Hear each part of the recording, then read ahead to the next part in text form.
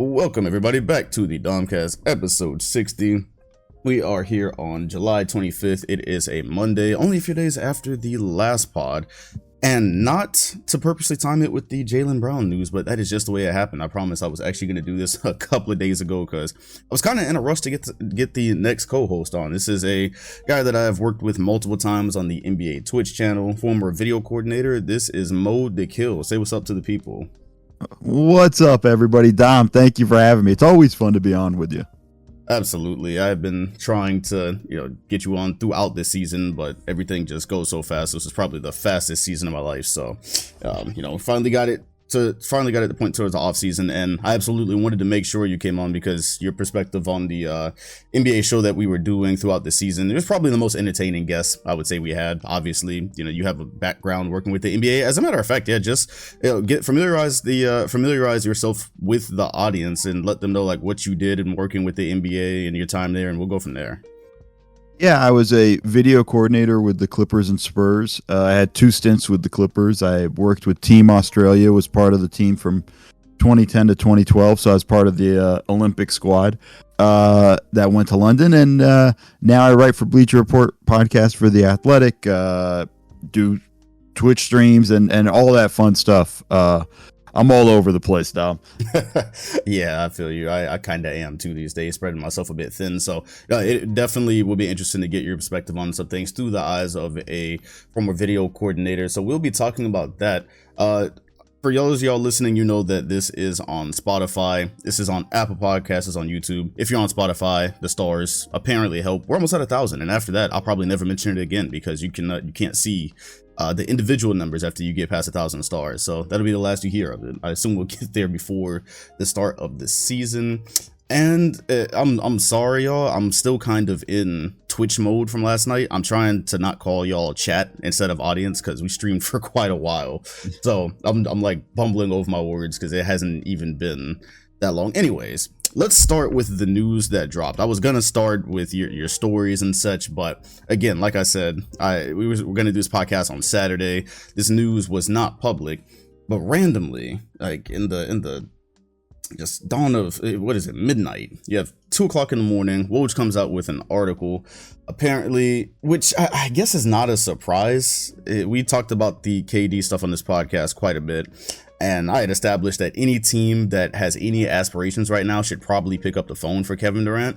So it feels like there's a lot of teams that have probably done something like this. However, the timing is just weird. So Woj drops the article saying that the Celtics offered Jaylen Brown, Derek White, and a pick for KD, and that was rejected. The counter offer that Brooklyn wanted was Jaylen Brown, Marcus Smart, more than one pick, and then maybe even potentially another player. Now, the other thing that happens is Brian Windhorst comes out and says that this is probably not a fresh deal. This is something that happened weeks ago. So that begs the question even more about why this news broke when it did. But whatever, we don't have all those details. What we do know is there is now unhappy camps because Jaylen Brown has publicly acknowledged the fact that he feels disrespected by Celtics fans. He's liked the tweet that said Celtics fans don't respect him probably about a month ago. He's now been dangled in a trade. And this is not the first time he's been dangled in a trade. Whenever they talk about breaking he and Jason Tatum up, he's the one that gets talked about as the trade piece because Jason Tatum's just not getting traded. If you understand NBA basketball, Jason Tatum is not the trade piece. Also, Jaylen Brown is a free agent in 2 more years. So he has this season on his contract. He has next season on his contract. So if he is, after he tweeted out, shake my head about the news this morning, it seems like a pretty straight line to turmoil here after this news. I want to get your thoughts on this, Mo, because when we're on the NBA channel, we rarely talk about, they don't even want us to talk about, trade proposals or anything like that. So I'm not sure if I've ever even heard what you thought about the KD trade saga, him requesting a trade, and now this new news, because I have my own thoughts, but I've talked about KD and the Celtics before on the pod. So what's kind of your reaction to this and thoughts about, this really weird trade market this summer for like the last month? Yeah, just starting with like the KD trade request, I found it kind of weird. More just along the lines, first off, he has 4 years on the deal, so it's funny because everybody's talking about the lack of leverage Brooklyn has. They have KD for 4 years. It's not like he's going to be a free agent next year. He's not threatening to leave and leave them for nothing the next season or anything like that, because literally that's 4 years down the road. But, you as an organization, hey, if the guy doesn't want to be there, you try to find the right trade, but they don't have to make a trade that doesn't make sense for them, right? It's why they did not seem to be interested in DeAndre Ayton. So that's why nothing ever happened with Phoenix, because there's easily could have been a sign and trade with DeAndre Ayton, Mikal Bridges, and things like that, and all that stuff. Miami Heat's package isn't very interesting and can't really pull anything together that I think would entice the Nets. So for me, I just kind of find it a weird trade demand from KD. Because, Dom, the funny thing is I kind of like the moves the Nets have made in the in the short term, assuming everybody comes back. I kind of like TJ Warren on a 1-year deal, assuming he can be healthy. I like the Royce O'Neal trade they made to add some wing depth and things like that. But, hey, KD's unhappy, wants out for whatever reason, whether it's basketball or other things. And I think it's one of those things like they'll look into it, and I don't feel like they have to rush into it by any stretch of the imagination. I don't feel like they can wait and say, okay, Boston, give us Jaylen Brown and Derek White in a pick. Like, no, if you want him, this is what it's going to take. And I was kind of surprised that Robert Williams' name didn't come up in that counter from them. But I think I'm with Windhorse, and this does seem like it's a bit old news. And I think part of the reason why it leaks now is this comes from the Nets side, and the Nets are trying to get more people, drum up more support, get more names out there so that people are kind of going like, oh, well, maybe it is Boston. Like maybe other teams are feeling like, okay, well, we got to make a move if Boston's lurking or Boston has already taken a look at it. And I think that's something you're probably trying to look at with this deal. And that's why it came out now when it did. And it's just interesting stuff. But to be honest with you, Dom, I just don't see a good place for him to land. And it's tough because that was one of the things that I said when KD first requested the trade. The Nets at that time, well, really, that's only a month ago, so it's the same thing. Kevin Durant is pretty much the biggest trade asset to ever ask for a trade. He's still at his MVP level. And we always talk about this thing and say, a team that trades a star is never going to get equal value, or they're always going to end up on the short side of that. But when you're trading Kevin Durant at this level, you simply do not settle. And the Nets, like you just said, don't have to settle. We assume they do because it's a superstar asking for a trade. But like you just said, the 4 years, he doesn't have a no trade clause, so he can't necessarily just choose where he goes, other than maybe saying he'd be publicly like unhappy on a certain team, whatever it is. It's not like he's a rental, so he doesn't have a lot of leverage on that side. Yeah, whatever team he ends up on will likely end up like, what is the thing Brad Stevens said? He said he wants to make rosters better by adding without and making sure you're not subtracting too much. Well, it seems like no contender would really be in position to do that. When you heard the Heat deal or whoever was offering what's like, that's a lot for Kevin Durant. Now, the situation, and it's because he's 34 years old, so that's the other part too. He plays like he's still MVP candidate, but reality is he's probably still only got a few years left. So if you're contender trading for him, you have to weigh that as well. Now, I'm a Boston fan. I'm not sure if I had ever mentioned it to you, so I picked up on it. Yeah. But one thing also about KD, not only 34, played 35 games last year, or 2 years ago, 55 games last season. You're beginning to kind of wonder like how healthy will he continue to be from this point forward. Yeah, and you have to weigh that. Like you just have to. I know we watch him on offense and say like he hasn't lost anything, but in my eyes, defensively, and KD was never a defensive juggernaut, but if you were to ask me to point to where he's lost the most since the Achilles injury, I would say, yeah, defensively, I think there's like one role, or there's not that many roles he can play on defense anymore. He seems, on closeouts, he kind of sells out a little bit. He doesn't have the same stopping power that he used to. It's just those are small things I notice on the defensive side, but still, it's KD and he's an instant bucket. He still has got that part of his game, which is cool because I didn't know if he would have that after the Achilles. But on another podcast I was on this summer, that was a thing. I said Celtics fans were going to have to grip with this exact situation because I knew eventually, again, if you're a contender, you pick up the phone for KD, if for no other reason than the fact that he might end up on your rival side. Like if you're Boston, you're thinking, oh, what if he ends up with the Heat? What if he ends up with the Sixers? So you have to pick up the phone. And the package that the Nets want is exactly the one I said we were going to have to grip with. If you are saying, you know what, KD puts us over the top, even if it's only for a few years, you're going to have to, first of all, it's going to start with Jaylen Brown. And then, yeah, it's probably going to end up with Marcus Smart in that deal as well. Now, the question, well, it's not really a question I have, but something I'm thinking about this morning is, now that this news is leaked and Jaylen Brown was already in these trade talks, and now this is his second public acknowledgement of disrespect. It kind of feels like Boston is in a tougher position than they were before this news dropped, because how do you go backwards on this deal? And especially since you've been in the league, and I'm assuming you've at least been around organizations when trade rumors were a thing. If you're Boston, is it a thing where you just say, look, there's no friends in business. We're not here to make friends.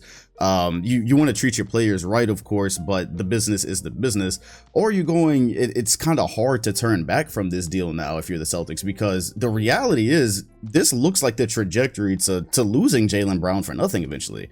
2 years is nothing in the NBA. It's this season, it's the 23 season, it's a 24 season, and Jaylen Brown is getting unhappy, and now you've tried to trade him. Like, does Boston, in your eyes, do they need to really try to move to get this deal done now? Because at this point, I don't know, it seems like, and I guess, I say 2 years is nothing in the NBA, but it's still kind of a long time. Anything could happen. Maybe they win a championship, but you've at least put yourself on the path to losing what was essentially your best player in the finals.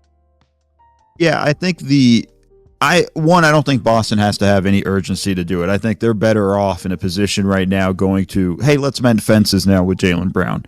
And you're right, like they might lose him in 2 years.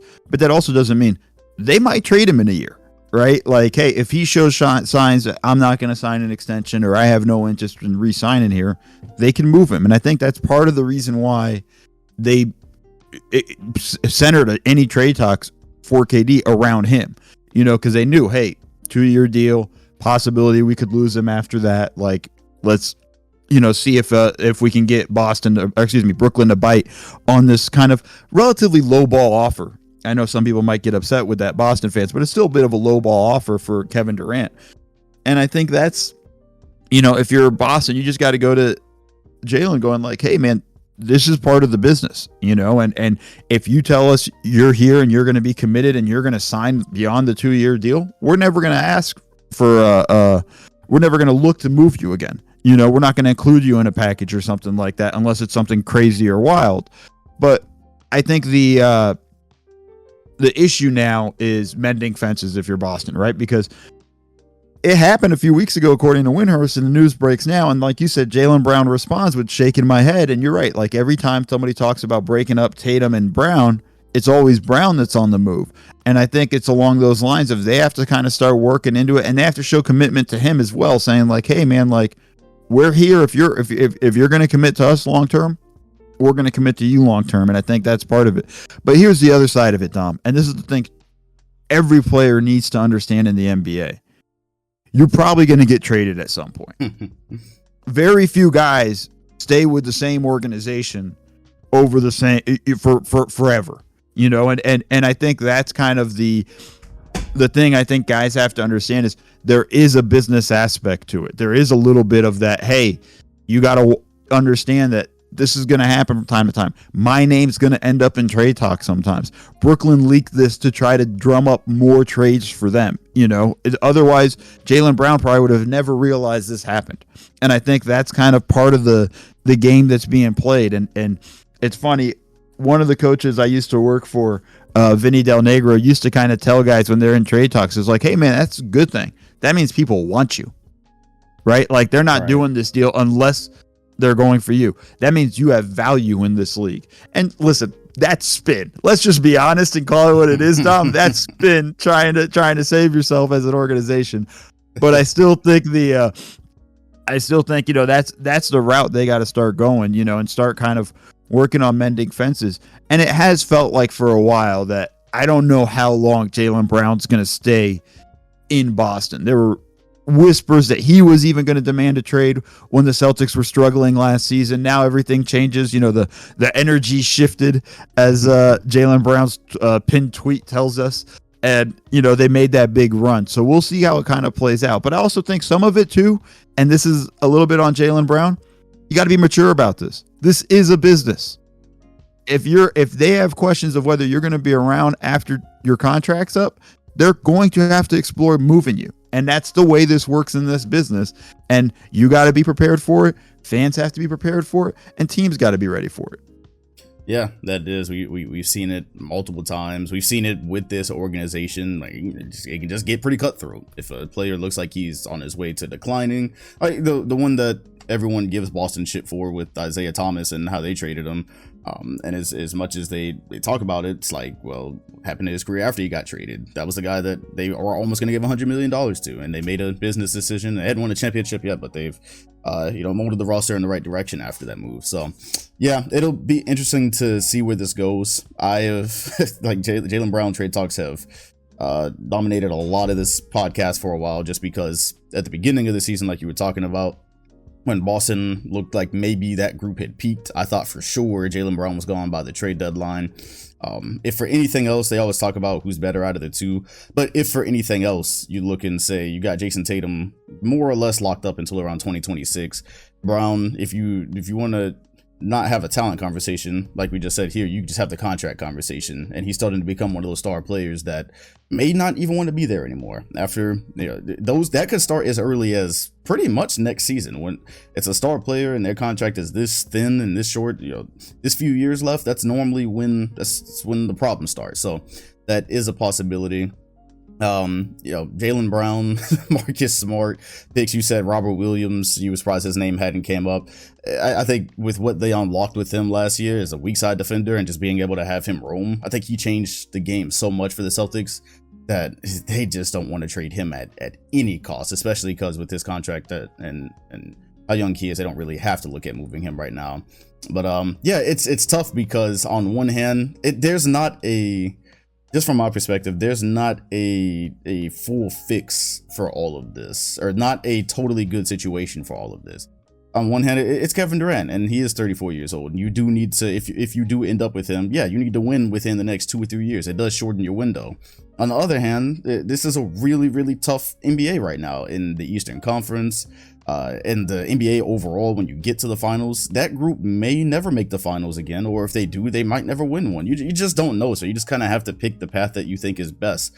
And if you're the Boston's front office and you think it's best to get KD to push you over the top for a few years and play with Tatum and just try to, build from there and hopefully have another young piece that can come after KD, whatever you think it is, you just kind of have to pick a path and go for it. And so I do say, like, yeah, Jaylen Brown has probably been disrespected in the Celtics fan base, but also for the third or fourth time I've said in the last 18 minutes, if you're a contender, if you're the fan of a contending team, you better hope they have picked up the phone for KD and at least tried, or will try in the future. Because again, if he gets traded from Brooklyn, he will end up in your backyard somewhere. You're gonna have to deal with that.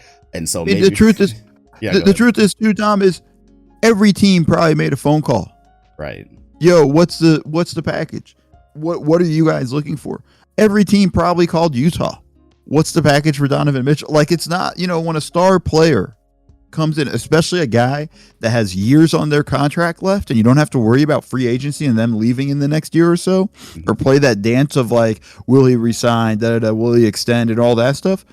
You make the phone call. You have to inquire. That's the job. And if they're not making those phone calls, you need a new front office, because they're missing on opportunities and they're missing on situations that they could possibly be on. Not necessarily even the star player, but hey, let's make it a 3-team trade and let us get somebody out of that, or something like that. So, every team had to have called. I would be shocked if there was a team that didn't call. And if the team didn't call, that owner should be looking at his front office going like, what's going on? That's part of the deal there, is you got to have these conversations. Yeah, exactly. And speaking of the 3-team deal, that was kind of my hope when I knew the Celtics were going to pick up the phone. My hope to avoid, I didn't think there was a realistic path to getting KD without Jaylen Brown, but if there ever was, I was hoping maybe it'd be a 3-team deal where they end up sending out a Marcus Smart and some depth and picks, and another team is involved and we get KD back. But that's really not. That's highly unrealistic, and that's probably doesn't even work with salary cap anyways. So to wrap up the KD thing, you've mentioned at the beginning, he's got 4 years on his contract, so this was probably the most odd trade request, all things considered, and the timing of it. Do you think he gets traded before the offseason ends, or you think he's going to start the season in Brooklyn? Like, how do you see this playing out? I think he starts the season in Brooklyn. I just don't see I don't see a package out there that really makes sense, that works. I don't see Boston putting in a making that deal, because they would have done it already. If Windhorst is accurate, this would have happened already. They would have put in Smart, they would have added a couple of picks, and boom, that would have been the deal. I don't see a place, and part of it is just a difficulty of things like, hey, Bam Adebayo's on that rookie extension and can't be traded to Brooklyn because Ben Simmons is there. You know, same like most of the guys Brooklyn is asking for, they can't actually get because of the Ben Simmons contract. So with that, I just think KD starts the year in Brooklyn, and they kind of go from there. The Brooklyn Nets grip on how to deal with this situation, with KD having requested a trade, which by extension means Kyrie will probably end up being traded too if this all ever comes to fruition. It would be Brooklyn starting over, but here we are on July 25th. Nothing has happened yet. It's been nearly a month since the request, so we will continue to monitor this developing story. A story that has been going on for a while. We kind of knew it was coming because of the way the Lakers season went. Los Angeles Lakers, they are still trying to find a way to offload Russell Westbrook, which we knew was going to be difficult. Once the season got to a certain point for the Lakers, and I started looking at Westbrook's contract situation, I was going, okay, well, he's going to pick up a $47 million option because that's just what you do. And then that's going to make it really tough to move him. And here we are, also on July 25th. There has been numerous deals, from everything with the Nets and trying to bring Kyrie back. We hear Utah's name thrown in the fold now. We know that they are trying to maybe deal with the Pacers and Buddy Hield and Miles Turner.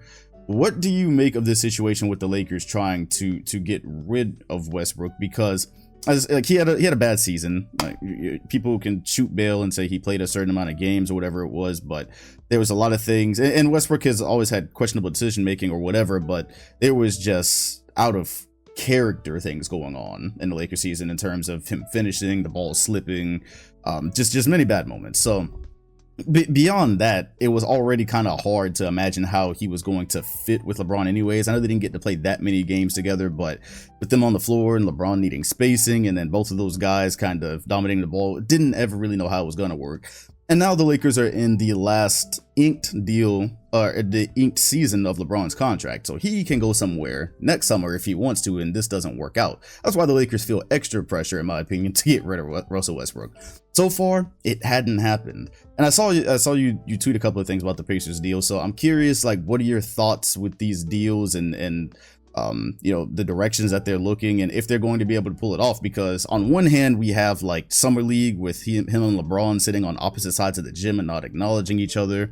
And on the other hand, you have Darvin Ham laying out the field on how he's going to try to use Westbrook and saying don't give up on him yet. And then we got a random report about Westbrook, AD, and LeBron apparently having a phone call, which I never know what to make of those stories, because I don't understand sources or anything. I fix all my relationships with one phone call. I don't know about you, Dom. It takes one phone call. I fix everything on that call. I don't know about, like, that's just, it just felt normal to me, man. Just that simple, right? Yeah. Everything offloading Russell Westbrook. What do you see with this? I mean, one, this is my favorite topic because it always leads me to Laker arrogance.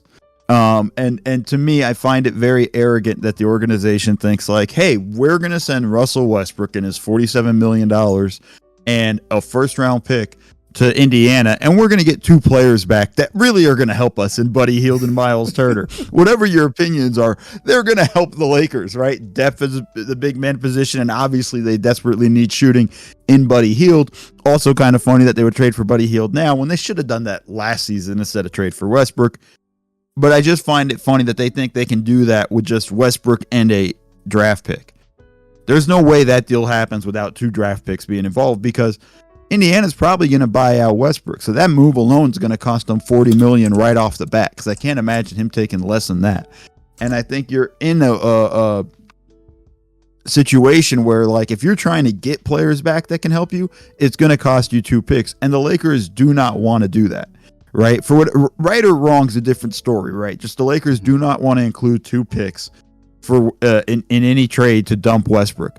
Unfortunately for them, that's the cost in the market. If you're going to get something back, if you're going to get a Kyrie Irving back, if you're going to get a Turner and Hield or whatever other concoction that comes up, that's what it's going to take. And I think the I just find it very arrogant on their end. And I think with the Lakers, with Russ on his end, it's a tough position. He just doesn't fit that team. He didn't fit last year. He was never going to be a good fit with LeBron. Whether you're a Westbrook fan or not, he's at his best when the ball's in his hand. Well, you're not taking the ball out of LeBron James's hands to put it in Russell Westbrook's hands. Sorry, that makes you a worse team. And I think that was the miscalculation that the Lakers had, was they wanted this to be able to lighten the load on LeBron. And that's kind of like, no, you need to maximize LeBron, not lighten the load. Sorry, LeBron, like, you're 37. We're going to go all the way in here on you and try to put the best team around you, win a championship, another one, and keep going.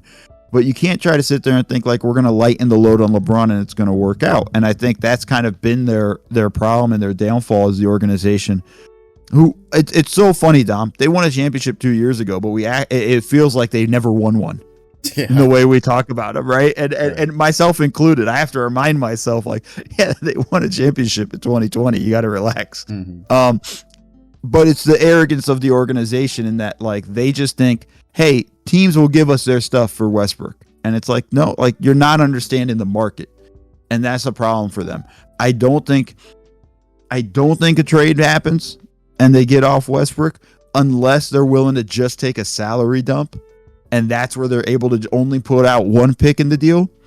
But I don't think they even want to do a salary dump. They're trying to use Westbrook and a draft pick to get them an asset. And I just don't think there is one.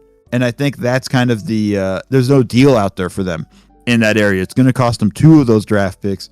And they don't want to mortgage their future any more than they already have with the AD trade. So they're in a tough spot, man. I don't know how they really kind of get out of this. As much as the Pacers might want to get off of Buddy Hield and Miles Turner for contract reasons, good on them for not budging with this, because you're right. Like, it is kind of ridiculous. There's a lot of, have your cake and eat it too energy from the Lakers in that deal. Because, yeah, sure, Indy, obviously is looking to move these guys, but they're not just going to do it for Westbrook so they can, like you said, get rid of him and then just a pick. And if you're the Lakers, right, you just have to, in my opinion, acknowledge that it was a mistake from the start, which, again, last year, like you said, probably should have gotten Buddy Hield. Apparently, LeBron was all in on Westbrook. Just kind of have to acknowledge there's not a situation where you really flat out win here. And I guess that's, from my perspective, the issue is Lakers look like they are searching for a flat out win. Because, yeah, if you can just move Russ in the pick, and like you said, get Hield and Turner, that in the Lakers situation, that helps. And it's that thing about beggars can't be choosers. You're trying to get rid of a very expensive contract for a guy that right now just teams don't necessarily want. And so trying to I don't even know his value when he gets bought out.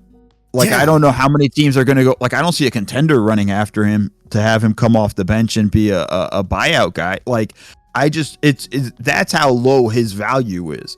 And it's like the Lakers are thinking it's the 80s when they can just ship off their and this is going to sound pretty bad, but their garbage and get a jewel back, from another team. Like that's what happened in the 80s, right? Like they would, the Lakers and the Celtics would package some sort of thing and get Bill Walton or whatever, and you're like, okay, all of a sudden, and now they're killing again. But it's just like, that's the thing with the Lakers that kind of shocks me. And you're right in that, like, they're trying to win the trade with Russell Westbrook, and there is no winning that trade. Yeah, I made a video at the beginning of last season called this was Westbrook's last chance. That season was Westbrook's last chance. And one of the things I'm pretty sure I said there, if not, then I said it over the podcast throughout the season, was that, yeah, after this, I don't know what his next role is, because and it was me looking for teams that he fit with. And I was just going, I saw an article come out a couple of days ago about someone saying, maybe it was an ESPN head that said it, about Westbrook being able to help the Heat win a championship. And I'm just going, any team, any contending team, I don't know who needs what he brings at this point. And so for him to help a team, it would have to be a total adjustment of his game. It would have to be accepting that, hey, sometimes that mid-range pull-up just ain't it. Sometimes that three-pointer just ain't it. And maybe even coming off the bench at this point. To me, it's the same thing. This is what 2017 Melo was having to come to terms with, was that he was once an MVP level player. He was a great player, but On 17, when the guy asked him, hey, would you come off the bench for this team? And he just laughed it off like it was totally out of the realm of possibility. And I was just thinking, well, that's actually not a terrible idea, though. And so to laugh it off was just showed the mindset at that point. And I wonder where Westbrook is at with that, because for his next role, it really just might not be a starting point guard, unless it's on a bad team somewhere where he could just, run up stats, basically. That's like the only other thing. If it's winning basketball, I don't know if it's as a starting point guard anymore. And I felt that way for pretty much the last year. So it's going to be interesting to see, because LA, this is looking every bit as hard as I thought that it could. You've been in organizations before. You've seen the effects of coaching. Have you heard anything from Darvin Ham? Because I know he hasn't given too many specifics, but he's said some scheme things about how he would use Westbrook, and they wanted to hire. This is where I'm confused, right? Like, they hired a coach that's saying all the right things about using Westbrook at the same time as they're trying to get rid of him. So I just don't. There's a lot of confusion there. But had you heard anything from Darvin Ham that made you think that it could work coming into next season with Russ? I mean, I think Darvin Ham's trying to get Russ to change, which, it's exactly what everybody wants. It's exactly what everybody needs him to do, but it's something that he's not going to do. And I don't know if that's even fair to Russ. He's played the same way for 11 years or however many years he's been in the league at this point. Like, good luck getting him to change, right? Like, I can't even change the slightest habit of mine. We're asking him to change something that got him $47 million. Like, really, like, that's going to be hard. And in that sense, but that's also the job of Darvin Ham right now. That's the job for him. If Russ comes back, he's got to get Russ bought in the role that they want Russ to play. And I find it very difficult, but I also want to say, like, he's got to say the things he's saying, right? Yeah. He can't be the one saying, because you're right. He's saying all these things of, like, we're going to make Russ work. This is going to work. We're going to make it happen. And meanwhile, the organization's like, yo, who wants Russ? And stuff. But that's the game. That's part of how this goes. He can't be out there saying it, because the difference here is the front office can do all these negotiating and all these things and talk about different players. And this also goes a little bit to what we're talking about with Jaylen Brown. The coach is the one that has to see the guy every day. Right. The coach is the one that has to deal with them in the locker room every day, has to deal with them in practice, film session, everything they're going to deal with. They're the ones that deal with them day to day. The front office doesn't have to deal with. They might deal with the guy day to day, but they don't have to, right? They can sit in their office. They can go. They're off scouting college games, wherever other teams. Like they have a different schedule and a different beat to the whole thing. So that's kind of why you're hearing almost two mixed messages, and that's just the way it goes in this business, in this industry, right? Like, Darvin Ham says, as long as he's wearing a Laker jersey, I got to coach him. And that's his job. And Rob Pelinka's job is, I got to find a place for Russ. And it sounds counterintuitive. And so there's going to be different stuff in the media with how this goes. But that's the way it works. And Darvin Ham can't just say, yeah, we're trying to trade him. Yeah, I don't want to coach him, because you've lost him before you even had a practice. And I think that's going to be the most important thing. And even if he comes back in, the Lakers need him to at least build up his trade equity, his trade value. Right. And maybe they can make a move at the deadline and get off of Russ and get something for him. But I think that's kind of the scenario, and that's why it's a weird thing hearing Darvin Ham and then hearing the rumors. But it's just, this is just a situation, and it's actually kind of normal.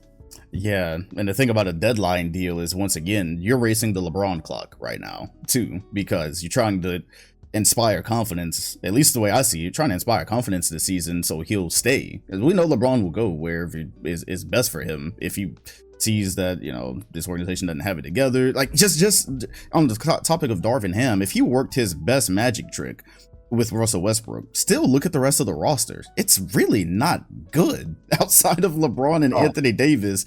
It's like, I don't know if I would use the word awful roster, but it's not good. They don't have Malik Monk anymore. That was like one of the bright spots for him. I don't even think Melo has re-signed. Has Melo not signed anywhere yet? They've not re-signed anybody that was with the team last year. Yeah.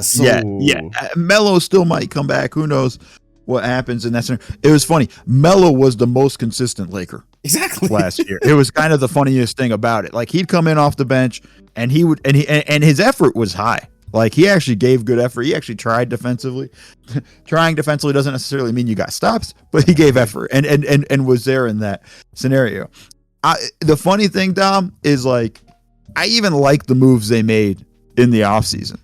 You know, it wasn't great, but for the position that they're in, that what was available to them, yeah, I like Lonnie Walker. You know, hey, let's try to see if we can kind of develop him a little bit and get him going the way we kind of jump started Malik Monk's career. I like the signing of Juan Toscano Anderson. I like, gosh, I forget the other guys that they signed. Damian Jones, another big man. Thomas Bryant, another big man. Like, I like what they did. The funniest thing is, I still look at the roster going like, yeah, but that's a bad roster. Yeah. Still no shooting anywhere Exactly. on that. The guys they got, like, hopefully can shoot. They're hopeful. Like, they might have had a good shooting run somewhere here and there in one of their run in the NBA, but it's like none of it's been consistent, and they're still missing that. And that's the thing where it's like, okay, you got younger, you got a little more athletic, but where's the shooting? You know, and I don't feel like you got that much better defensively. So it's smart moves in the sense of this is the only moves that were probably available to them. But at the same time, I look at this team and I go like, shoot, man, like, I don't know if you're a playing team in the Western Conference. For sure. I really did like the Damian Jones move. I thought that was a guy that they needed a couple of years ago when they signed Andre Drummond. I like Lonnie Walker. Excuse me. He showed a couple of flashes at the very end of the San Antonio season. I'm going, okay, that's cool. But also, for, like you said, for the stage that the Lakers are at and the heights that they're looking for, those are like, okay, these are cool guys. It's not like, oh, these are guys that are absolutely about to put a team in contending positions. So yeah, right. These are cool guys if you're Oklahoma City, if you're a Sacramento, like trying to kind of rise up in the rankings. They're not cool signings when you're trying to be like, yo, we're contending for a championship. Yeah, and this is before you get to the part where you absolutely don't know what Anthony Davis you're gonna get this season. You just don't, and you have to factor that in. So to wrap all this up for the Lakers, the last thing I wanted to ask about was Russ's split between he and his agent. Did that strike anything with you? Because I saw a lot of people that felt very weird about the fact that his agent came out and gave the statement that he did, which he didn't outright say anything, but it seemed like he was getting at something with the way he worded the letter. And a lot of the media was saying, we typically don't see that. When a player and agent go separate ways, we just kind of hear that they split. We don't see an exit letter or anything. So did that drum up anything with you? Yeah, I mean, it was a weird letter because it's like everybody said, separation of agent and player happens all the time. Happens probably like several times a year. Just, a lot of people, sometimes we don't even hear it. And the letter side of it, though, was very abnormal to make it so public. And I think part of it was, look at all the stuff we did together. But then the other part that was so weird about it was the area where he's like where he outlined what the differences was, I think he needs to stay with the Lakers. He needs to play it out and do everything Darvin Ham says. And he made it seem like Russ doesn't want to do any of that. Russ is pushing for a trade. Russ is trying to push his way out of LA, which, by the way, I totally understand because it was incredibly toxic in Los Angeles for Russ, who's from LA, and the fans absolutely hated him. In the way of like the narrative on Twitter, and I know we can always argue how real is Twitter and it's your own bubble or whatever, but that was all over the place and out of control. The fans themselves, like there was the game where he caught it wide open in the corner for a three, and the crowd yelled no. Like, yo, that's so wild. Yeah, and I kind of understand him. I understand if Russ is like, I don't want to play in front of these people anymore. I thought they were my home. I'm a UCLA kid. I thought this was going to be cool coming back home. I don't want to play here anymore. But for his agent to kind of say that was pretty interesting. And the most important thing I think the agent's trying to relay to Russ is you don't want to get bought out of this contract. You get bought out of this contract, there is no big contract back after that. The agent is thinking, play out this contract, raise your value. We can try to get you a $15-20 million deal somewhere next year. Right, you're definitely not getting $47 million, but I think the idea is if he goes somewhere, gets bought out, signs for the veteran minimum somewhere, that's it. He's a vet minimum guy everywhere else he goes. It's very similar to the humbling that Carmelo Anthony had to take, which we talked about briefly, right? Like, that's the realization that you got to kind of come to, is you're no longer a guy people are calling you and trying to sign on the first day of free agency. You're like day 8, 9 of free agency when teams have already spent their money. And I think that's what his agent is trying to avoid. Yeah, and it's so crazy to grow up watching these players and see it happen to them, because for 90% of them, that day will come where you were a superstar player, MVP level player, and then teams are looking for you to come play a bench role. It might happen overnight, as it seemingly, I guess you probably wouldn't say that this was overnight. This has kind of been a couple of years in the making, but yeah, it's really wild to watch play out in real time. The Russ experience was so bad in Los Angeles that I, for a split second, questioned if he was going to pick up the deal for $47 million, which of course you have to, because again, like you said, this is the last big money. But I was like, LA was so toxic, man. Might he just pick it up and pack it up and go somewhere else? But business wise, that would have made absolutely zero sense. And so here we are, July 25th. I don't care how toxic it is. $47 million, you taking that deal, dude. Like, you figure out the rest later. You're picking up that option. Yeah, it only slightly crossed my mind, but yeah, as those days were coming in hot and the people were signing their deals, I'm just going, yeah, he's gonna pick this up and let them figure the rest out. You don't not take that. So we talked about Russ. You don't see him being moved. You don't see KD being moved yet, or before the end of the season, or into the offseason, which by extension I would assume means you think Kyrie is probably going to start the season in Brooklyn as well.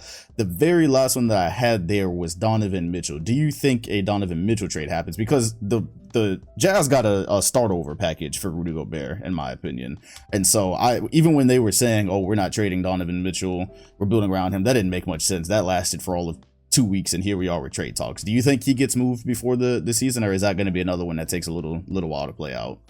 No, I think he does get traded. He's probably the one guy on that list. I know I've killed a lot of the trades possibilities today.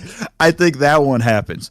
And I think you just said it. It was so funny, Utah trying to convince us that they were going to not trade Donovan Mitchell after we saw the package they got for Rudy Gobert. It's like, yo, you guys are tanking. We know it. It's pretty clear. Like, it's pretty obvious, guys. Like, don't insult our intelligence. And then literally a week or two later, like, yeah, we're taking calls. And ultimately, I think it's, hey, they're going after, they've kind of targeted the Knicks. The Knicks want Mitchell. The Knicks have a whole lot of young guys and about 8 first-round picks they can move. Some of their own picks, some from other teams. They have 4 from other teams. I think 3 in just next year's draft. All of them are protected, but draft picks are currency to make deals happen. And I think that's something that we're going to see. I think the Knicks are trying to play a little bit of hardball here and not trying to include too many picks and too many young guys. But I think ultimately we see Donovan Mitchell getting traded to the Knicks. I don't think, Miami wants to get involved. They don't have a package that makes it interesting. The thing for Utah is they don't want to take back a guy like Tyler Hero, knowing that, hey, we have to extend him, right? Or we have to, or his restricted free agency is up and we got to pay for him. Same thing for RJ Barrett. It's not a shot about whether this guy is good or not. It's more, we want to suck right now. We want to tank for Wembanyama. We don't want to be good. We want to make sure we're in a position to have one of the 3 worst records in the NBA. Sucks for the league, and it's right. Not what the league wants in general, but that's what Utah is signaling with their trade. So I think they make a move unless another suitor comes up. I really think the Knicks are just bidding against themselves when it comes to Utah. I just saw a Shams report that said Sacramento is interested in Donovan Mitchell. Cool. I don't know for what. I imagine they're going to send in, it's going to be mostly draft picks and things like that. So maybe that's something that will help Utah try to leverage the Knicks into giving them more. And sometimes you also have to wonder where the noise is coming from, right? Is that a real interest from Sacramento? Is that Utah leaking? They had a conversation with Sacramento because they want the Knicks to add in 2 more draft picks. There's always that kind of game being played. It's like we talked about Brooklyn leaking the Boston stuff, because I'm willing to bet 100% that came from Brooklyn. I think that's part of the game in these negotiations. So for me, I think he's a Knick. I don't see anybody really kind of coming running through. And again, 3 years left on his deal. Teams are going to be calling and checking to see if they can make a move for him. But I think ultimately the Knicks give up a pretty big package for him. But that's what I was going to ask. You were saying they were playing hardball. How far do you go in if you're the Knicks? Because I see them gripping with the fact that you might have to part with a top end. And of course, RJ Barrett's name comes up and you're looking at a player at the caliber of Mitchell. Like, are you going top end Barrett picks? And like, how far are you going for Donovan Mitchell if you're New York, do you think? Well, one, I don't think Utah wants Barrett. And I don't think it's a matter of skill. They just don't want to pay him. Right. And I think that's because I think he's up for an extension this year or next year. Yeah, that's like another Tyler Hero situation. Tyler Hero situation, right. And I think so. I think really what the Knicks are looking at going like, pick a combination of Toppin, Quickly, Grimes. I think there's one other name in there that I can't remember off the top of my head, and a certain number of picks and pick swaps and things like that. I think that's, for me, if I'm the Knicks, I would say every time you're taking a young guy, I'm taking a pick off the deal. Right. You want 4 young guys? I'm going to give you maybe 2 or 3 draft picks. By the way, this is also why I'm not a general manager, folks. I probably would never get a deal done. But there's a whole lot of that back and forth, and you got to figure it out. Because here's the thing the Knicks don't want to do. They don't want to gut everything to get Mitchell. And now, like, just how good do you think Jalen Brunson, Donovan Mitchell, and Julius Randle, and let's say RJ Barrett can actually take you in the Eastern Conference? It's pretty tough. I feel like you're looking at it going like, hey, that's not easy. And I think, especially with the down year Randle had, I think, you have to wonder if that first year as a Knick was a fluke or was last year a fluke. Like, there's a lot of stuff up in the air there. I think you got to figure that out. And I think you got to make sure you want to be able to make the next move after you get Donovan Mitchell. And I think that's something the Knicks are a little bit aware of and wary of giving up like everything for Mitchell. And I think that's part of the holdup here in the trade. Right. Well, as you mentioned, you wouldn't be a general manager, but you were once a video coordinator, which I was always very fascinated by. Again, from the first time that we did an NBA Twitch show together many months ago. And if I'm not mistaken, Eric Spoelstra was a video coordinator as well before he became coach, correct? There have been several. Eric Spoelstra, Mike Budenholzer, James Braga, who was just like go in Charlotte at the end of this season. Like Frank Vogel was a video coordinator. There's a lot of them. That's why I thought I had a shot at it, Dom. Was that actually a goal of yours? You were hoping to become a head coach one day? I did want to coach in the NBA. That was my goal. Hey, I have more questions about that later. That's actually a cool thing to write down here. But for the people who might not know, because I feel like we hear the term video coordinator all the time and we've seen a couple of pictures, but for your time with the Los Angeles Clippers and the San Antonio Spurs, what did being a video coordinator actually entail? What were you doing for the team? Who were you actually interacting with? That type of thing. Yeah, so the technology's changed a little bit, but when I first got to the league, I was mainly working on draft stuff all through the season and doing some stuff. And this is my first year with the Clippers as an intern, doing just mostly draft stuff. I'd be at some of the games. Sometimes our video room would be a bit crowded, so I was politely asked to stay home, and that stuff. So I wasn't around the team as much my first season with the Clippers, but I was constantly working on draft videos and helping our front office and our scouting office make sure they always had the edits they needed on guys. Now, of course, Synergy came along and changed things, and now it's so much easier for front offices to get that. I probably wouldn't have been as valuable now doing draft stuff as I would have been back then. But what you're mainly doing, and what I eventually graduated to with the Clippers, was you're really responsible for a lot of the game breakdowns. And so opponent scout. So I'm the Clippers. We're playing the Jazz in 2 weeks. It's my responsibility to make sure I have the last 5 Jazz games broken down. I've given it to the assistant coach whose scouting report that is. Work with him on developing the scouting report. Make sure he has everything he needs, stats, things like that. Make sure the head coach has what he needs in terms of scouting reports as he starts to prepare for that stuff. You're also breaking down your own team stuff. Every game, you're breaking those games down. You're making sure We have edits ready for coaches. You're responsible for all the film sessions and things like that. Right. It is the hardest job. It is one of the hardest jobs. There's a lot of hard jobs in the NBA. It is for me, the most time-consuming job. You're literally the first one in. You're the last one out. There have been nights I've slept at the office. There have been, all of the prep that goes into it and things like that. It's also a situation, Dom, where you can't help but learn basketball in there. Mm-hmm. You really can't, because you're just watching film so much. Like, it'd be funny, like every now and then people would say to me, like, man, you don't watch the games, or you don't know what you're talking about, or this that, and I just go like, bro, I've had to watch 4 games in one day. Like, what are you talking about? Like, I've watched more basketball, than 98%, and I'm being a little generous. I could just say 99 of than fans. Because I'm watching every team. I'm on top of all these things, and you're really covered and locked into those things. So, when you're in the video room, you're grinding, and the goal isn't to stay in the video room. The goal is to graduate out of the video room, because it's a hard job, but it's the mailroom of the NBA, especially if you're not like a former player. It's got to be great being on Twitter and getting hit with the "you don't know basketball" trademark when you've probably, like you said, watching one game in a night for you is lightweight, because it's a day off. It's a day off, Dom. One game, or it's like, I'm like, I feel weird sometimes. Even now, there's like off season, and I'm like, all right, should I pull up some old Boston or some old Detroit Pistons games? Like, should I start getting ready on? It's not even like let me make sure I know what's going on with Orlando. It's that kind of stuff. But the funny thing is, and whenever I get that on Twitter, and it's corny and cheesy, and maybe I need to come up with a new line, I always just respond going like, "Oh, I was talking about badminton."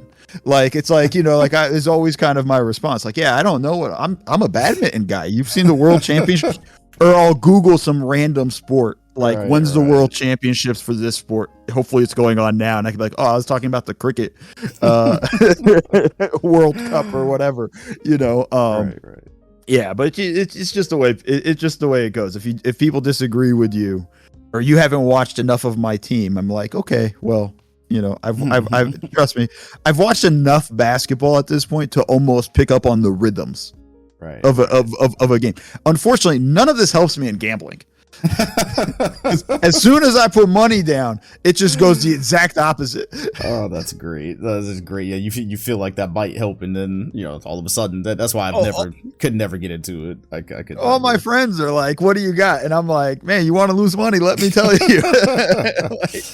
I'm glad you mentioned the difficulty of the job, because I'm not sure you're probably familiar on Twitter with Steve Jones Jr., who was of course. Yeah, so he did. I'm pretty sure he was also a video coordinator, and I remember he was during the playoffs. I want you to talk about your experience with this, because what he described was kind of crazy, and I could imagine. So just in a little bit, you were talking about, and this is just regular days during the season. He was talking about as you get to the postseason, and you're having to cut up stuff and help teams game plan for whichever matchup they're going to see in the next round. So say like you're the Spurs and you're waiting to see who gets out of, I don't know, a Houston Maverick series, and you're literally coming up with stuff for both teams just in case you play one of them. Is that something that you ever dealt with? Is that a scenario you ever had to deal with?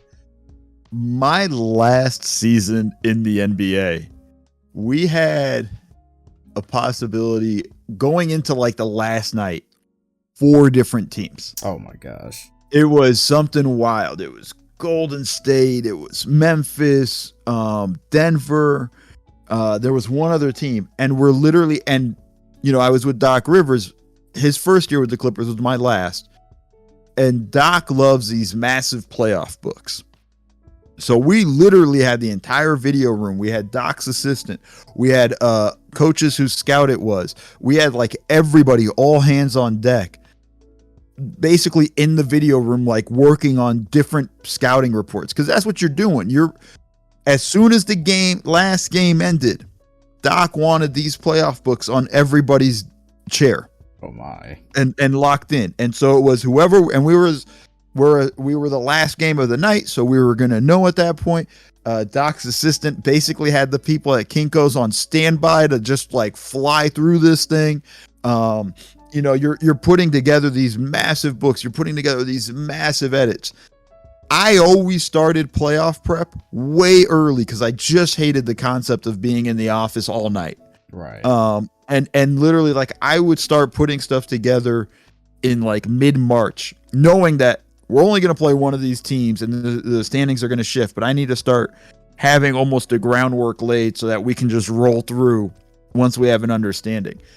The good news for teams is, and this is something Steve didn't get to experience, it's something I didn't get to experience, is if you're not in the play-in tournament, you have 4 or 5 days. Right. It's entirely different, right? Like back when I was in the league, season ended on like a Wednesday, playoffs started Saturday. Right. You know, if you were that first set of games, and if you didn't have home court advantage, you were flying on Friday.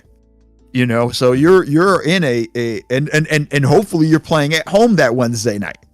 You know, because there's so many different things and wrinkles to all of this stuff. You know, but you're always preparing for these things. And now, you know, teams, if you're in the top 6, season ends. Now, granted, the top 2 seeds don't know who they're playing yet, but 3, 4, 5, and 6, they know. They get the advantage of at least, hey, we can lock in for the next week. You know, they get almost a week and then start to do it. So I would be curious if the planning has shifted a little bit easier. But back in the day, man, that playoff prep was the most stressful. And, you know, I started a website a long time ago. This is how I got into media stuff, the jumpball.net. And I posted a video because there's one, Jamal Crawford won the 6th Man of the Year award. And at the end of that speech, he gave me a shout out and told kind of the story because I would always work out with him at practices. And he saw me after one practice towards the end of we're doing playoff prep and stuff. And he's like, man, Mo, you look terrible. Like, you know, and I go like, yeah, I haven't slept. I go like, I think we just flew in from Portland the night before and I just went straight to the office, didn't even go home. By the way, being a video coordinator, not good for your social life. There is none. Just understand that one there. But just went straight to the office, worked for a few more hours, and then slept in the office, then went to practice. And you know, I kind of just told us, yeah, I haven't really slept. I slept maybe 2 hours. I was working all night. And he kind of looked at me kind of confused, but then he understood, like, that's playoff prep. Right. That's the stuff we're working on. And meanwhile, playoff prep's going on during the season, so we have regular prep for games. Just because I'm working on playoff prep doesn't mean I can't have film ready for our game against the Memphis Grizzlies that night. Right. You know, and all of those things. So you're turning and burning as much as you can, and it's a grind. And I think the playoff prep is probably the hardest. The first round, getting up to the first round, is the hardest for every team to prep for. After that, it gets easier. Those of y'all listening, if you had any aspirations of being a video coordinator, this is a gold mine for you to know what you may or may not be getting yourself into. Because now run as fast as you can. No, I'm kidding. Because like I do want to say this, I loved my time in the video coordinator video room. Like the guys I met, the guys the basketball I learned, the people I got to learn under. I loved all that stuff. The work is tedious. It's hard and it's a grind, but the relationships I got to build out of that and everything with that. And I wouldn't be here being able to do the stuff I do in the media if I wasn't in the video room, you know, and yeah. I think that's an important aspect to it. And so I'm always thankful of it. So when I joke about running, I would just say, hey, just be ready for the grind. And you might think you're ready. You might think you understand it. You don't till you're in it. And it beats you up, and it's hard. And I know a lot of guys who've done it, stuck with it, and have gone really far. I know a lot of guys who got burnt out and didn't make it. And so I think it's going to beat you up, and you're going to find out. It's that scenario. But if you're not a former player, if you don't, you know, unfortunately nepotism is a thing. So if you're not somehow related, it's the mailroom. It's the mailroom into the NBA, and it doesn't guarantee success, but you have to get it. It's hard to get in, and when you get in, it's harder to stay. And I think that's the important thing you got to understand. So you told a little bit of a story with Jamal Crawford there in your time with the Clippers. Also worked with Spurs, who for a while obviously regarded as the best organization in the league. And I'm curious, were you close enough to have a perspective on like what set Greg Popovich apart from other coaches? Because I know at the end of the day, like right now, Spurs are clearly tanking, and no matter how good a coach is, they got to have a certain amount of talent.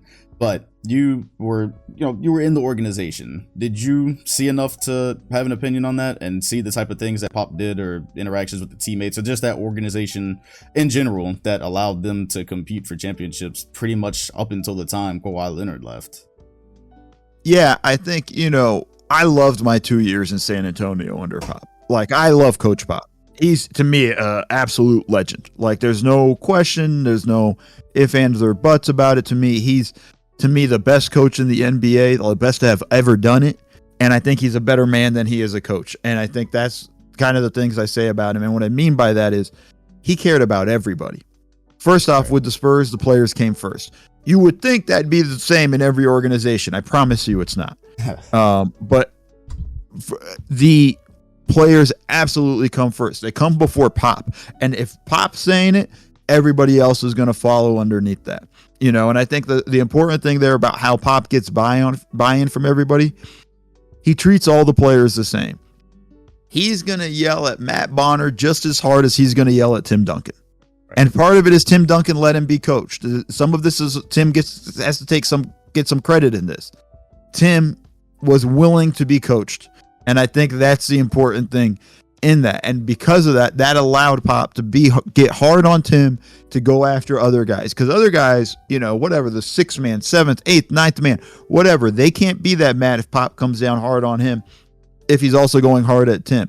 And the other thing, and this is the most important thing, and this is stuff for coaches to understand. After he won at a guy, we would walk out of a film room and he'd be joking with the guy. He always let it be known. None of this is personal.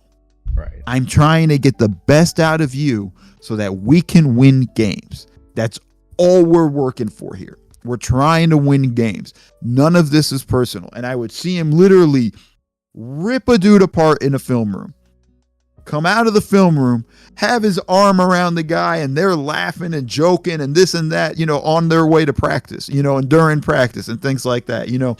Pop had the understanding of, I'm with these guys. And because he was so visible with those guys and around them, he's like, I'm going to coach you hard, but I'm going to be real with you. But I'm also going to care about you as a person. He knew about their families. He understood what was going on with them. Hey, everything good? Is your wife good? Is your kids good? Da, da, da. Pop was all about that stuff. And Pop was more than just a coach. Like he'd talk about some random stuff in the film session, just world history and things like that, and guys would be listening, so like Pop kind of understood it and treated these guys more like people than I think I've seen any coach at all, and right. And it allowed him to be Pop. And I think that's the important aspect of it is even when he got on a guy, they understood why he was getting on them. And it was never, man, Pop just hates me. Mm-hmm. No, it was, yo, Pop wants you to be better at this. That's kind of the deal there. And some players, by the way, can't handle that. Oh, yeah. And that's an important aspect with that. There are players that literally struggle with that. I'm going to call out a guy, and I might be unfair, but did you see the Cam Thomas interview at Summer League? Yes. Yeah. I know which one you're talking about. Yeah. Right. Where, he's, he had a good game, and the reporter talks about how Nash, by the way, before the game, the reporter had spoken to Nash, and they were talking about they wanted to be more of a playmaker and stuff. And Cam Thomas rolls his eyes. I'm like, bro, he's just trying to make you a better player. And also, if you become a better player, you make more money in this league. It's just a very simple fact. Like, he's trying to help you. And in that process, also help the team. But, you're rolling your eyes at that. I'm like, dude, don't play for Coach Pop, man. You ain't ever going to make it. Like, that's going to be a thing. And I think that's the type of stuff. And I'm not trying to say this in terms of Cam Thomas is a bad kid. He's young. This is going to be his second year in the league and things like that and all that stuff. And he's got growing to do. But it was just one example of it. And I think that's an important thing you need to watch for. And I think that's something coaches got to figure out is, how do I coach these kids? Yeah. And it's fascinating to hear that he was able to get through to, sounds like most players that way, because I sense that coaches in the NBA would like to be able to do that, like walk that line between ripping a guy to, be able to challenge him, and then also still maintaining that relationship so it's not strained, which in turn doesn't make the game harder. So yeah, it sounds pretty similar to things I've heard about Pop. Obviously he had the talent throughout the years, but he managed it. They stayed. Guys took pay cuts to stay. Had that same core for a very long time, and to be honest, if the Kawhi situation hadn't went itself, they'd probably still be contending today. But that's a whole thing with itself. And the other thing, and we actually, Dom, when we were on the NBA Twitch stream, right? Like, you saw how much fun those young kids had celebrating Pop's win. Yeah. When he became the all-time winningest coach, like, they were celebrating it with him more than him, and jumping up and down and stuff. That's because those kids loved him. Right. If let me just be honest, if they didn't really mess with him, they'd be like, whatever, hey, congrats, Pop, and walk off the floor. Mm-hmm. Like, they all hugged him and jumped up and down with him and this and that. It was Pop going like, all right, let's get to the locker room, guys. Like, leave me alone. Right? Like, it's along those lines. But like, that's what I'm talking about. You can see the actual stuff that guys actually care, when he's playing with them, because they get the feeling that he cares about them. And I think sometimes we don't have that with coaches.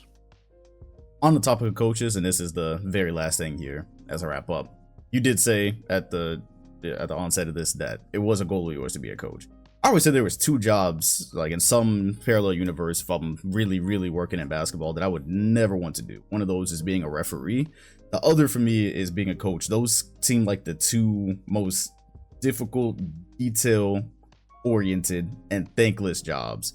What was it drawing you? I mean, obviously that they get a really nice paycheck, so that's one thing. But aside from that, what was it drawing you to wanting to be a coach in a professional league? Because I even talked about this with the last guy I had on the podcast. It really seems like, from the public's view, they judge coaches based on whether the teams won or not. Of course, these days, more coverage. People are starting to dig into the adjustments a coach makes a little bit, and then rotations. But then that's about it. We don't see all the other stuff like you just told us with Pop. We don't see all of that. It's a very thankless thing. So what was it drawing you to that really extremely difficult job?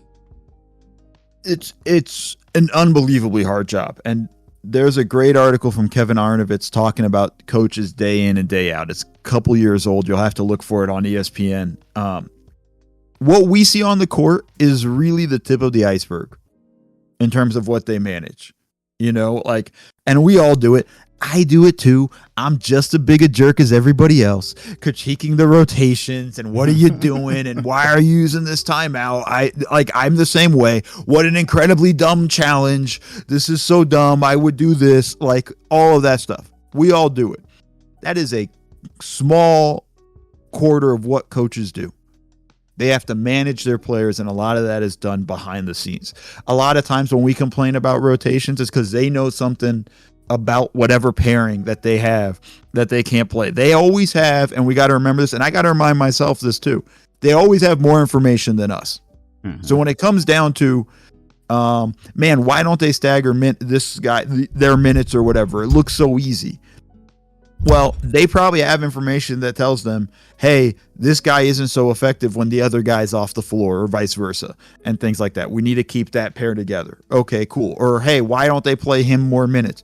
Well, he's only good. The training staff has told the coaching staff he can only go for 6-minute stints or whatever. After that, he starts to get hurt. He starts to fade, and he might get hurt. And I think that's the stuff you're watching for in those things when we're talking about it. And that's just rotations. Coaches got to decide when to practice, when to have shoot around, what time the buses are leaving. It's always the funniest thing when you have a first-time assistant coach coaching the summer league team, because that coach always goes like, man, I got to decide what time the buses leave.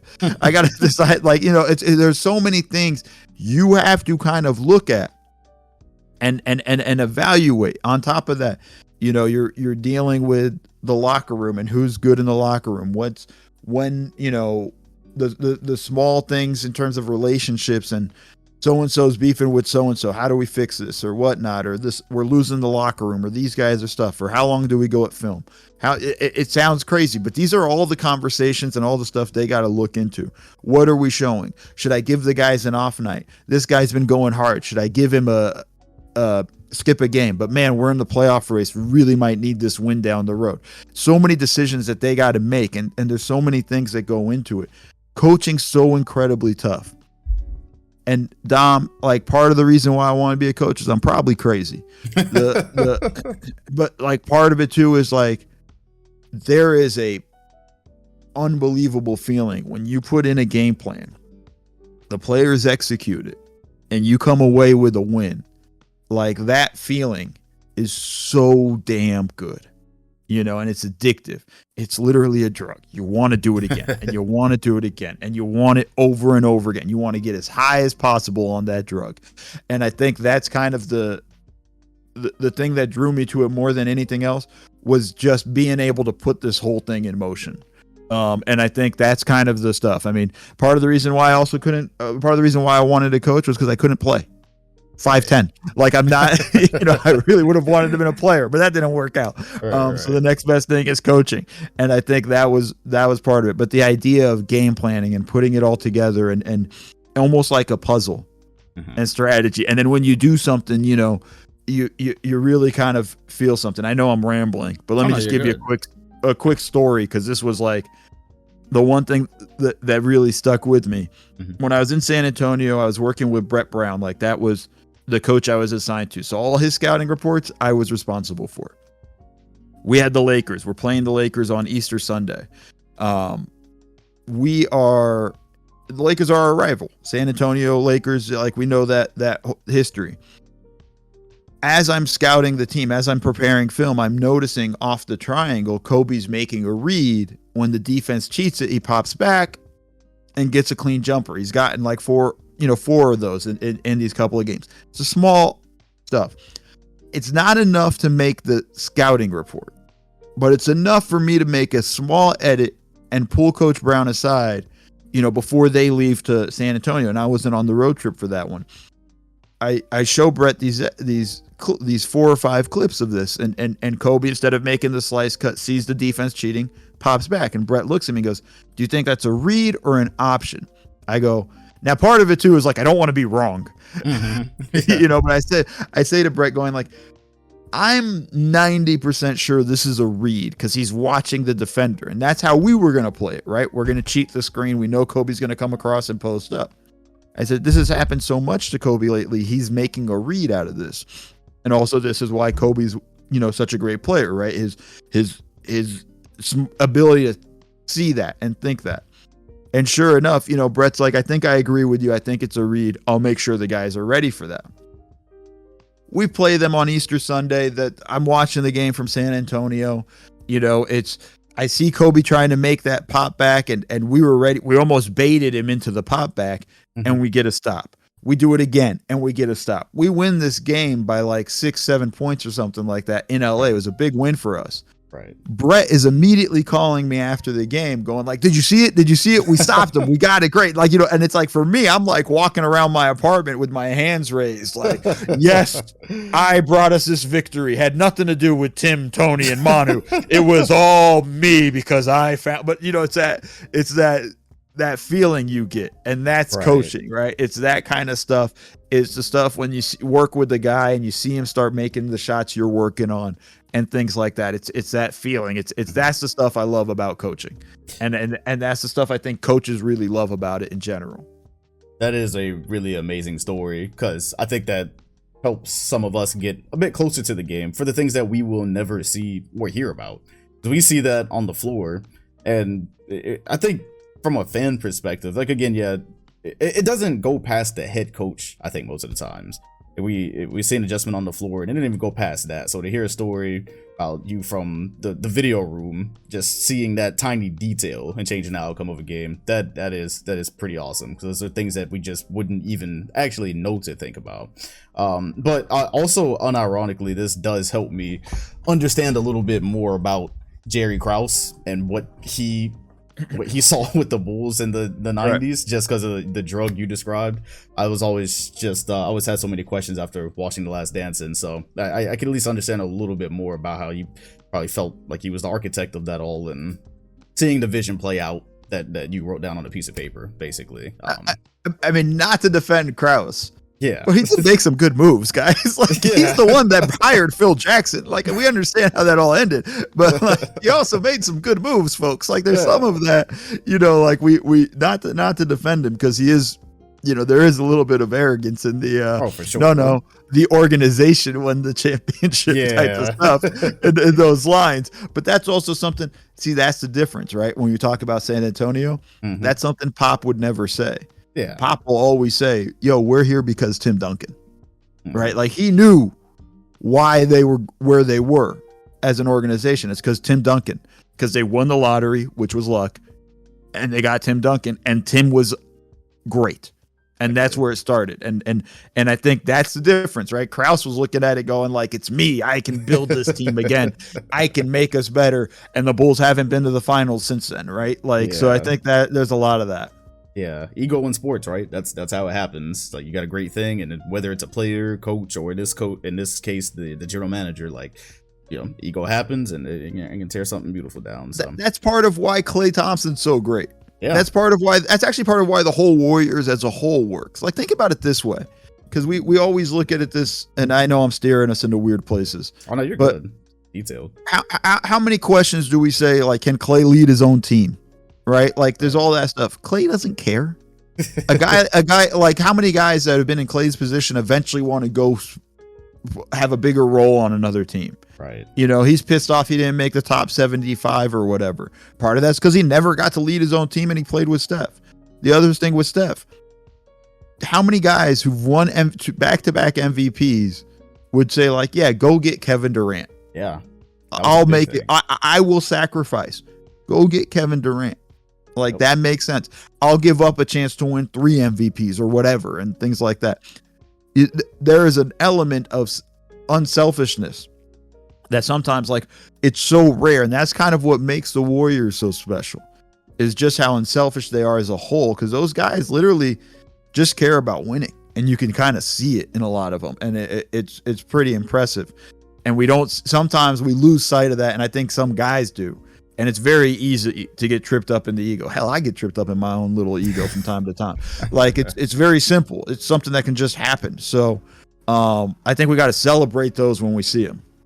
Absolutely. That is the reason why we are moving on to the 2023 season, and the Warriors could be working on their 5th championship since 2015. It's not that far away. Mo, very much appreciate you coming on the podcast. I know for a fact that you will be back probably before the offseason ends, but definitely during the season. We said it's through the eyes of a video coordinator, so there's many things that you could help us see that we might not see the first or second time. Matter of fact, do you make a habit of rewatching games throughout the season? Like a regular season game, you go back and rewatch it more than once?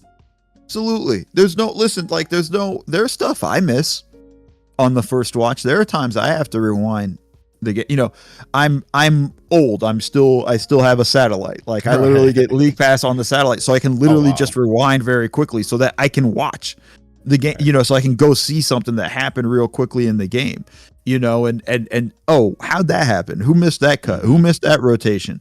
Or things like that. It's not, I'm trained to do this, but I don't catch everything in real time. I don't think anybody really can catch everything in real time. So I think there's some of that to it, but I definitely will go back and go like, man, that was a great game last night. Let me rewatch it and try to find some other things that I might have missed. So, it's that simple. And then I don't expect casual fans to catch these things. And it's, by the way, they're not supposed to. You'd be a freak. You're not supposed to. It took me years in the video room to now be able to just watch it and catch it right away. Like you're not supposed to, folks. It's okay. You get better at it, but it's like, hey, this is the way it goes. And I think that's the scenario. But yeah, I have to rewatch games all the time. Yeah, no, it's very much okay to admit that you don't see everything or you don't understand everything. That's why I make a habit. That's why my whole Twitter following is people that are smarter than me at this type of stuff, because I want to see. I watch the game, and then someone like you or Steve will pop up a thread and I'll be like, oh yeah, I didn't see like half of this. Well, even in my rewatch, I didn't see that. So the detail of basketball, I love it. The things that actually happen on the court, I've come to like that far more than narratives, which I would say when I first started making content, definitely more narrative based. But yeah, it's just a beautiful game. Love to watch it at the breakdown level, which you do breakdowns on Twitch. Let people know where they can find you on Twitter, Twitch, or where they can find any of your content that you want to plug in. I will also have that linked in the description of this podcast. Yeah, so the easiest thing is find me on Twitter, MODAKHIL_NBA. I do a Twitch feed during the season where I'll do breakdowns and run through close games, especially close games. The last few minutes of games, I love doing it. And that's where I'm also the most critical of coaches and players. So enjoy. But, you know, we fly through those things and kind of break that stuff down. If you follow me on Twitter, you'll see all my stuff. You'll see when I have an article out. You'll see when I have a podcast coming out. You'll see when I have Twitch streams. You'll see when I drop videos, and you'll be able to follow along during games when I start dropping clips in real time. All right. This has been fun. You know, in the audience that this is on YouTube, Spotify, it's on Apple Podcasts. Everything that you want to find will be in the description, including Mo's stuff. Mo, thank you for once again coming on. And I will see y'all sometime this week, actually. Got another special guest coming on in the next 7 days or so. So much appreciated. Hit the bell next to my name if you want notifications every time a podcast drops. And I will see y'all on the next one.